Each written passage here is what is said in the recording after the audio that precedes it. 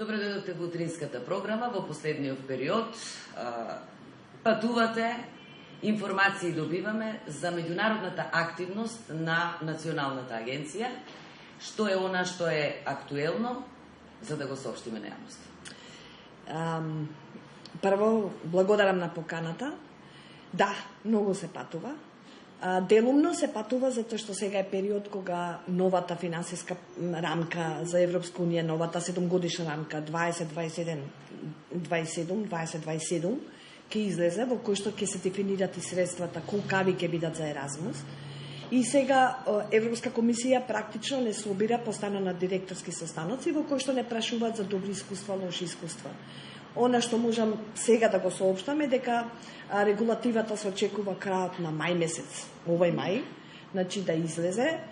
Во прашање само колку средства ќе бидат. Ако до сега беше 15 милиарди во прашање, сега се знае дека минимум 30 милиарди значи ќе бидат ставени во Еразмус, а евентуално може да бидат и 60 милиарди ставени во Еразмус. Така што делумно од патувањата се должат и на консултациите кои што Европска комисија ги бара да ги има со нас. И тоа е едниот причина зашто многу патувам. Втората причина е затоа што кога дојдов во агенцијата, направив анализа на каде се наоѓа Македонија во искористувањето на сите овие средства. Искористеноста во агенцијата е одлична. Меѓутоа има нешто што вака ми падна во очи. Например, кај високото образование се зголемуваат константно мобилностите на студентите. Имаме, речиси, сите универзитети имат чартери, освен два, меѓутоа се надеваме дека и тие два сега ќе стекнат чартери. Меѓутоа, она што паѓа вака во очи е дека мобилностите, ако ги анализирате како се случуваат само во 3-4 држави. Словенија, Турција, Романија, Бугарија евентуално и Хрватска. Значи, практично нашите студенти многу малку патуваат натаму. Со надеж дека ќе можеме да ги отвориме тие хоризонти, затоа што многу е битно. Европеизацијата ви кажат, значи започнува со образованието. Дека ќе ги отвориме тие хоризонти, почнавме како агенција да се вмрежуваме во сите можни иницијативи што постојат, така што сега можам со гордост да соопштам дека добивме нотификација од Министерството за образование да бидеме носители на нешто што се вика ЕПАЛЕ, тоа е регионалната мрежа за образование за возрастни, каде што ќе патувам јас, например, утре во Хрватска на еден таков настан. Станавме составен дел на мрежата, младинската мрежа, се вика Младинска јужна мрежа, во која што учествуваат 10 држави, значи покрај Македонија, тука се Шпанија, Португалија, Грција, Кипар, Франција, значи јужни, Хрватска, значи целиот тој јужен дел, што се нови, практично нови хоризонти. И од таа соработка што тука произлегува, ние почнуваме понатаму да се пробиваме и да ги отвараме новите можности. Ево, например, има еден нов момент во делот на младинската политика, има нов инструмент кој што се вика Европски волонтерски и солидарен сервис, значи тоа ново ќе биде. И тука само државите членки требаше првично да учествуваат, меѓутоа со помош на лобирањето во оваа јужна мрежа во која што влеговме, сега веќе се знае дека покрај државите членки ќе учествуваат и трети држави, меѓу кои Македонија. Значи, се исплати на меѓународен план да бидете активен. Вратите се отварат. Мислам дека приемот ќе биде добар, односно треба само ние да се подготвиме и волја. Што сега овде ние треба, или оние што се заинтересирани, во овој период што следуваат за апликација, за добивање? Значи, ние мора да сме активни на меѓународен план.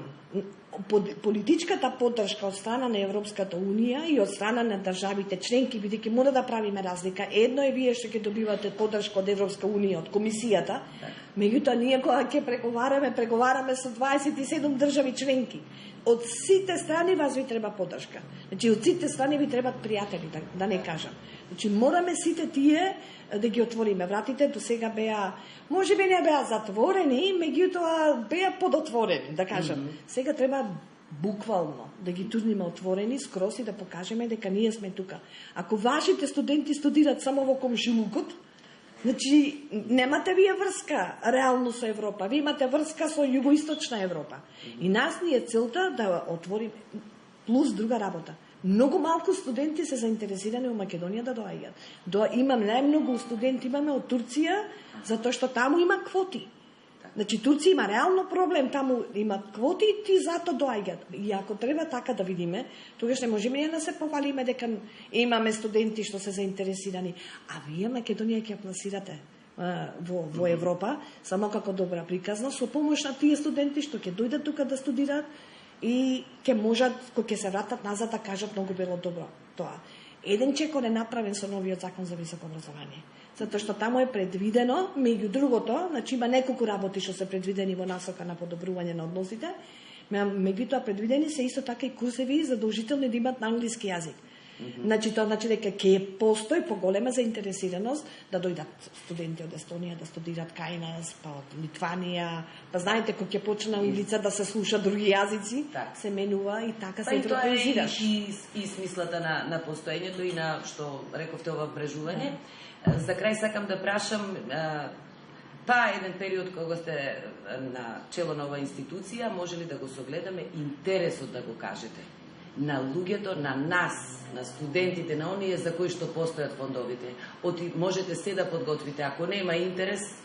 Да, значи, оваа агенција, за жал, беше многу, според мене, недоволно граѓаните знаат. Оно што се случуваше, организацијата беа инфоденови, на кои што се излекуваше со презентација за тоа што прави агенцијата и беше многу општа, луѓето не можеа, целната група не можеше да согледа кој е користа. Значи, тука јас направив промена, некоја до година, ке се придржувам на поговорката, знаете, ако не може планината кај Мухамед, Мухамед ќе оди кај планината. Значи, ние треба сега да одиме кај корисниците и да им кажеме кои се благодетите. Инфоденовите, помина времето за инфоденовите. Значи, тоа е прва работа. А второ, што мислам дека е исклучително битно, е да треба да се подигнат капацитетите на училиштата. Ние се соочуваме реално во овој краток период колку сум јас директор, анализата нас не покажува дека имаме проблем. Училиштата најмуваат консултантски фирми, па дури има и полоша, има туристички агенции кои што ги најмуваат да им ги пишуваат проектите и да им ги остваруваат мобилностите. А бидејќи нашата програма е дарежлива и има така наречен износ некој кој што ви го дава за менаџирање, кој што треба да остане во школото за да се акумулира, да си купат опрема или нешто друго, тие им го дават на туристичката агенција.